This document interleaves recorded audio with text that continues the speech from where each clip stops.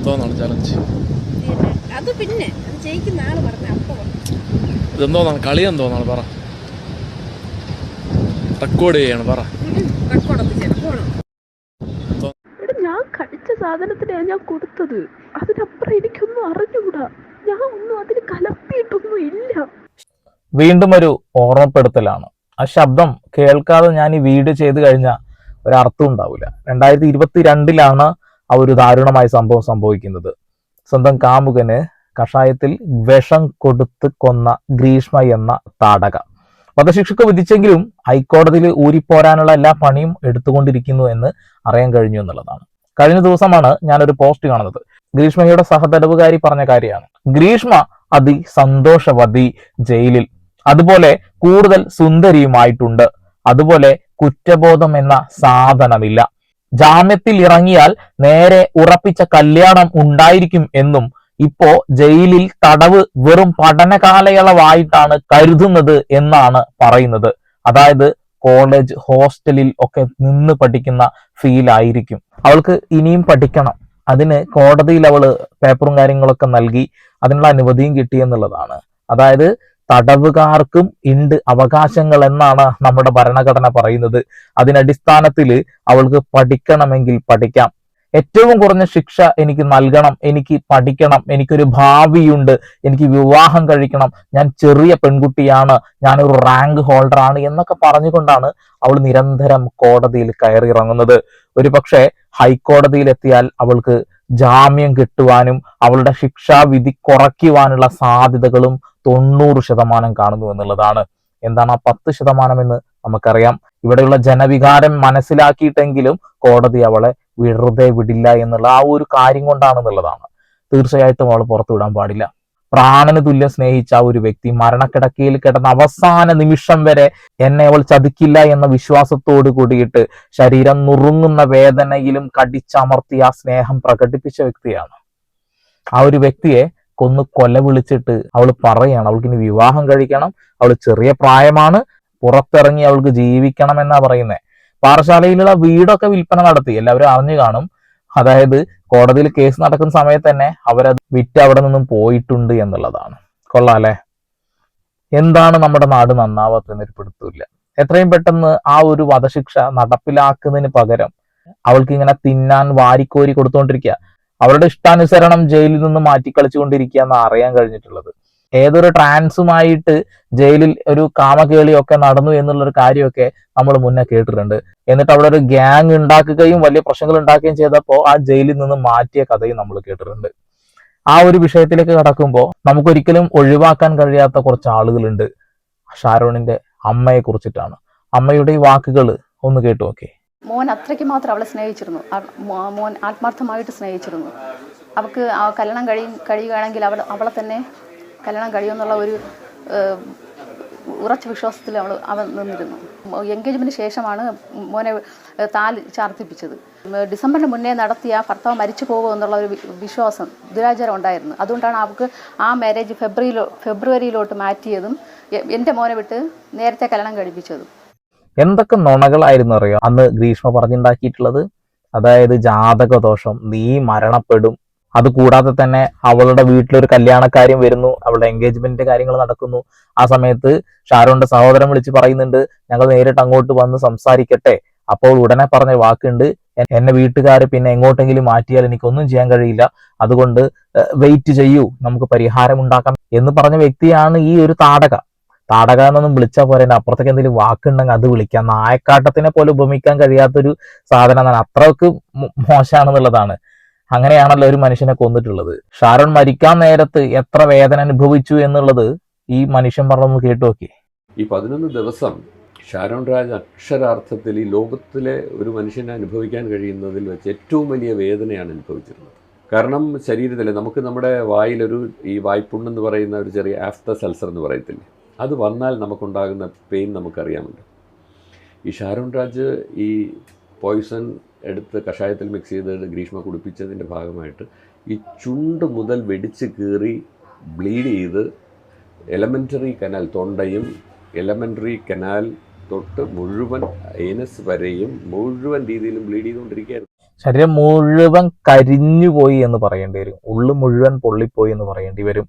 വായപ്പുണ്ണിനെ കുറിച്ച് പറഞ്ഞപ്പോൾ തന്നെ നിങ്ങൾക്ക് ആ ഒരു വേദനയെ കുറിച്ച് ചിന്തിക്കാൻ കഴിയുന്നുണ്ടോ?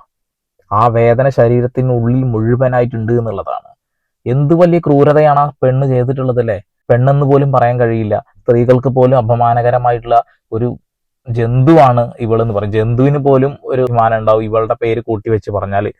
ഇപ്പൊ കഷായം എന്ന് പറയുമ്പോൾ തന്നെ ആളുകൾ കഷായം എന്നൊന്നും പറയില്ല, ഗ്രീഷ്മ എന്നാ പറയുന്നത്. കഷായത്തിന്റെ പൊതുവായ പേര് ഇപ്പൊ മാറി ഗ്രീഷ്മയിലേക്ക് മാറിയിട്ടുണ്ട് എന്നുള്ളതാണ്.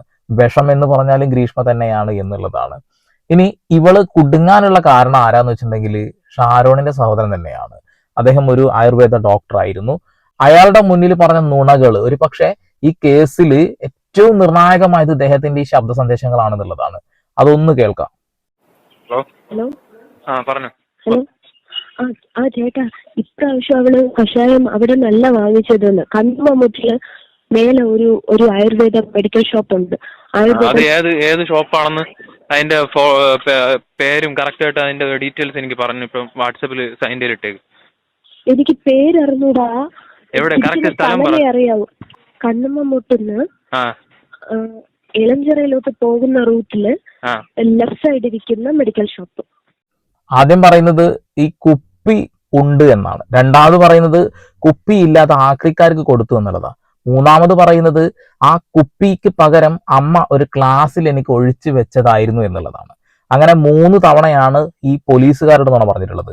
ഷാരോണിന്റെ സഹോദരനോട് പറഞ്ഞിട്ടുള്ളത് ആ കുപ്പി ഞാൻ കഴുകി വൃത്തിയാക്കി, ആ കുപ്പിയിൽ അങ്ങനെ ഒരു ലേബലില്ല, അങ്ങനെ ഒരു കുപ്പിയേ ഇല്ല.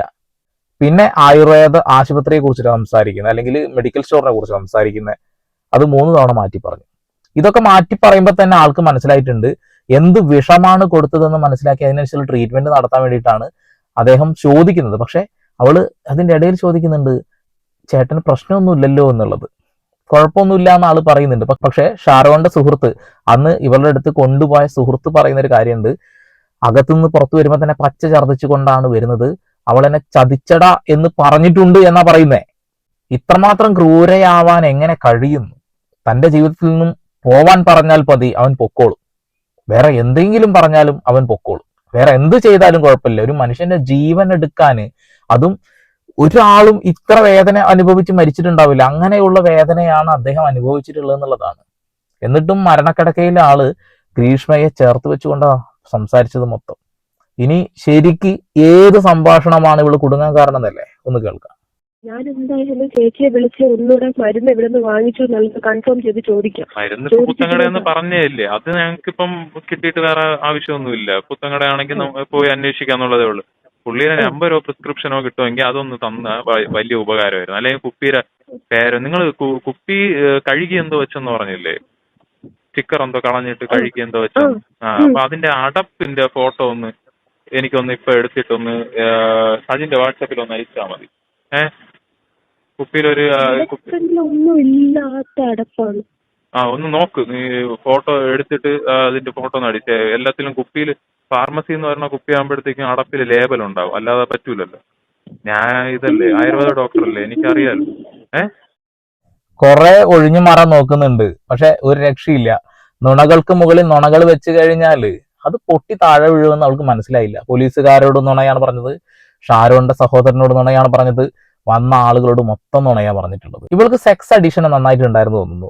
ഈ പയ്യനെ പരമാവധി ഉപയോഗിച്ചിട്ടുണ്ട്, പല സ്ഥലത്ത് യാത്ര ചെയ്തിട്ടുണ്ട്. അങ്ങനെ ഒരുപാട് ഡാറ്റാസ് പിന്നീട് വന്നതാണ്. അതായത് അതുമായി ബന്ധപ്പെട്ടുകൊണ്ട് ഭയങ്കര ഒരു വൈകൃതം ഉള്ളതുപോലെ തന്നെയാണ് അന്നത്തെ റിപ്പോർട്ടുകളൊക്കെ വന്നിട്ടുള്ളത് എന്നുള്ളതാണ്. ഇപ്പൊ ജയിലിനകത്ത് വെച്ചിട്ടും ഒരു സംഭവം നമ്മൾ കേട്ടല്ലോ. അതേപോലെ തന്നെ ഒരു വൃത്തികെട്ട മനോഭാവം അവളിൽ ഉണ്ടായിരുന്നു എന്നുള്ളതാണ്. ഒരു ആയുർവേദ ഡോക്ടർ മുന്നിലാണ് നുണകൾ പറയുന്നത്. അങ്ങനെ കുപ്പിയൊന്നും ഉണ്ടായിരുന്നില്ല, അല്ലെങ്കിൽ കുപ്പിയുടെ അടപ്പിന് മുകളിൽ അങ്ങനെ ലേബലില്ല, അങ്ങനെ പലതും പറയുന്നു. അങ്ങനെ ഇവർ പറഞ്ഞ അരുൺ എന്ന് പറയുന്ന ഡോക്ടറെ അടുത്ത് പോയിട്ട് അന്വേഷിക്കുമ്പോൾ അവിടെ അങ്ങനെ ഒരു സംഭവം പോലും നടന്നിട്ടില്ല. അതുകൂടാതെ അവൾ പറഞ്ഞ പ്രധാനപ്പെട്ട മറ്റൊരു നുണയുണ്ട്. ഈ കഷായം കുടിച്ച ഓട്ടോ ഡ്രൈവർ, അതായത് ഇവളുടെ അമ്മയെ വീട്ടിലേക്ക് ഡ്രോപ്പ് ചെയ്യുന്ന സമയത്ത് കഷായം അദ്ദേഹത്തിനോട് കൊടുത്തിട്ടുണ്ട് ഡ്രൈവർക്ക്. ഡ്രൈവർ ഛർദ്ദിച്ചു എന്നാ പറയുന്നത്. ഡ്രൈവർ മൊഴിയെടുത്തപ്പോൾ ഡ്രൈവർ അങ്ങനത്തെ സംഭവം തന്നെ അറിഞ്ഞിട്ടില്ല, ഞാനിതുവരെ കുടിച്ചിട്ട് പോലും ഇല്ല എന്നാ പറയുന്നത്. അങ്ങനെ നുണകൾ കൊണ്ട് അങ്ങ് ഉണ്ടാക്കി വെച്ചിരിക്കുക. ആ സമയത്താണ് ഒരു പോലീസ് ഉദ്യോഗസ്ഥ പറഞ്ഞത് she's very smart girl and rank holder എന്ന് പറഞ്ഞത്. ഓർമ്മയുണ്ടോ? അത് ഏതാ സമയം അറിയോ? ഇവള് അറസ്റ്റ് ചെയ്ത് കുറച്ച് കഴിഞ്ഞപ്പോൾ കക്കൂസി കയറിയിട്ട് അവിടുന്നുള്ള കീടനാശിനി എടുത്ത് കുടിച്ചു, ആർപ്പി കുടിച്ചിട്ട് ആത്മഹത്യയുടെ ശ്രമം നടത്തി എന്നുള്ളത്. പക്ഷെ അത് വെറും പ്രഹസനമായിരുന്നു എന്ന് അന്ന് തന്നെ പൊളിയും ചെയ്തു എന്നുള്ളതാണ്. ആശുപത്രി കൊണ്ടുപോയിട്ടൊന്ന് വയറിളക്കിയപ്പോൾ പരിപാടി കഴിഞ്ഞു, അടിപൊളിയായിരുന്നു. പക്ഷെ ഇവൾ കുടിക്കേണ്ടിരുന്നത് മറ്റേത് തന്നെയാണ്, ഇവളെ കുടിപ്പിക്കേണ്ടത് തന്നെയാണെന്നുള്ളതാണ്. ഇവളെങ്ങാനും ജാമ്യത്തിൽ ഇറങ്ങിയിട്ടോ അല്ലെങ്കിൽ ഈ കേസിൽ നിന്ന് ഊരി പുറത്തു വന്നാലോ എന്തായാലും ജനങ്ങളുടെ കയ്യിൽ നിന്ന് നല്ല ഇടി കിട്ടുന്നുള്ള കാര്യത്തിൽ തർക്കമൊന്നും വേണ്ട. ഈ ഫുൾ ബോട്ടിലല്ല തന്നത്, എനിക്ക് പകുതിയോളം ഒഴിച്ചാണ് തന്നത്. അല്ല പിന്നെ സ്റ്റിക്കർ ഇളക്കി കളഞ്ഞെന്ന് പറഞ്ഞു. അവിടെ പിന്നെ ലേബിളൊന്നും ഇല്ല. സജിനൊക്കെ പറഞ്ഞ ദിവസം ഞാൻ ഓടിപ്പോയി അതിനെടുത്ത് നോക്കി. മേ ബി അതിൽ എഴുതിയിട്ടുള്ള നെയിം ഒന്നും ഞാൻ നോക്കിയിട്ടില്ല. പതിവ് കണ്ട ടോണൊക്കെ മാറി. നുണ പറയുന്ന സമയത്ത് തിരിച്ച് മറുപടി വരുമ്പോ ഭയങ്കരമായിട്ട് ചൂടാവാൻ തുടങ്ങി എന്നുള്ളതാണ്. അപ്പോ ഇവളുടെ സഹതടവുകാരിയായിട്ടുള്ള ഒരു വ്യക്തി പറയുന്ന കാര്യമാണ്, ഇവള് പഠിക്കാൻ വേണ്ടിയിട്ട് ഹോസ്റ്റലിൽ നിൽക്കുന്നത് പോലെയാണ് അവിടെ നിൽക്കുന്നത്. ഭയങ്കര ഇതായിരുന്നു എന്നാ പറയുന്നത്, ഭയങ്കര ജോളിയാണ്. ജോളിയാണ്. പിന്നെ ശമ്പളമൊക്കെ കൂട്ടിക്കൊടുത്തല്ലോ സർക്കാരൊക്കെ. അപ്പൊ പിന്നെ ജയിൽ പുള്ളികൾക്ക് പുറത്തിറങ്ങണമെങ്കിൽ അത്യാവശ്യം നല്ല ഫണ്ടായി, നല്ല തിന്നാനുള്ളതായി, ഇവൾക്ക് പഠിക്കാനുള്ള സംവിധാനങ്ങളുണ്ട്. ഇതാണ് നമ്മുടെ നാടിന്റെ ഒരു പ്രത്യേകതയാണ്. കുറ്റവാളികൾക്ക് അടിപൊളിയായിട്ട് ജീവിക്കാനുള്ള സംവിധാനം അതിന്റെ അകത്ത് തന്നെ ഉണ്ട് എന്നുള്ളതാണ്. ഇങ്ങനെ ഗ്രീഷ്മയുടെ സ്വഭാവമുള്ള ആരും ഭൂമിയിൽ ജനിക്കല്ലേ എന്നാണ് ഞാൻ ആഗ്രഹിക്കുന്നത്. കാരണം നിഷ്കളങ്കമായി പ്രണയിച്ച ആ ഒരു മനുഷ്യനെ കളങ്കം ചേർത്ത് കഷായത്തിൽ വിഷം ചേർത്തിട്ട് കൊന്ന ഇങ്ങനെയുള്ള കൂതറകളെ കാരണേ എന്താ പറയാ, പ്രണയത്തിന്റെ ആ ഒരു മൂല്യം തന്നെ ഈ നാറി നശിപ്പിച്ചില്ലാണ്ടാക്കി എന്നുള്ളതാണ്. ഇവളൊന്നും ഒരിക്കലും ജയിലിൽ നിന്ന് പുറത്തിറങ്ങാൻ പാടില്ല. ഇവളെ തൂക്കിക്കൊല്ലാൻ വിധിച്ചിട്ടുണ്ടെങ്കിൽ എത്രയും പെട്ടെന്ന് തൂക്കിക്കൊല്ല. അല്ലാതെ നമ്മുടെ ഖജനാവിലെ ഫണ്ട് ഈ നാറുകളെ തീറ്റിക്കാൻ എന്തിനാ കൊടുക്കുന്നേ? സ്കൂളുകളിലേക്ക് കൊടുക്ക് ഈ ഫുഡും കാര്യങ്ങളൊക്കെ, ആ കുട്ടികൾക്ക് കൊടുക്ക്. അവർക്ക് വല്ല കാഷ്നട്ടും വാൾനട്ടും ഒക്കെ കൊടുത്തിട്ട് കുട്ടികളെ നന്നാക്കി എടുക്കാനുള്ള സംവിധാനം ഒരുക്കണ്ടേ. ഒരു 8ാം ക്ലാസ് വരെ ഭക്ഷണം കൊടുക്കുക. ഈ ക്രിമിനൽസിന് കഞ്ഞിയും പയറും മാത്രം കൊടുക്കുക. അത് 3 നേരം അത് മാത്രം കൊടുത്താൽ മതി. ബിരിയാണി, തേങ്ങാക്കൊല ഒന്നും കൊടുക്കരുത്. അവർ ജയിലിൽ വന്ന് കിടക്കുന്നത് കുറ്റവാളികളായിട്ടാണ്, അല്ലാതെ നമ്മൾ താരാട്ടാട്ടി വളർത്താൻ വരുന്ന കുഞ്ഞുങ്ങളാ, അതൊന്നല്ലല്ലേ. അതാണ് ചെയ്യേണ്ടത്. അപ്പൊ ഗ്രീഷ്മയുടെ ഈ ഒരു സ്വഭാവത്തെ കുറിച്ച് നിങ്ങളുടെ അഭിപ്രായം ഒന്ന് പറയണം കേട്ടോ. വീണ്ടും പുതിയ വാർത്താവിശേഷങ്ങളുമായി സന്ദീപ് പാൾ സൈനിങ് ഓഫ്.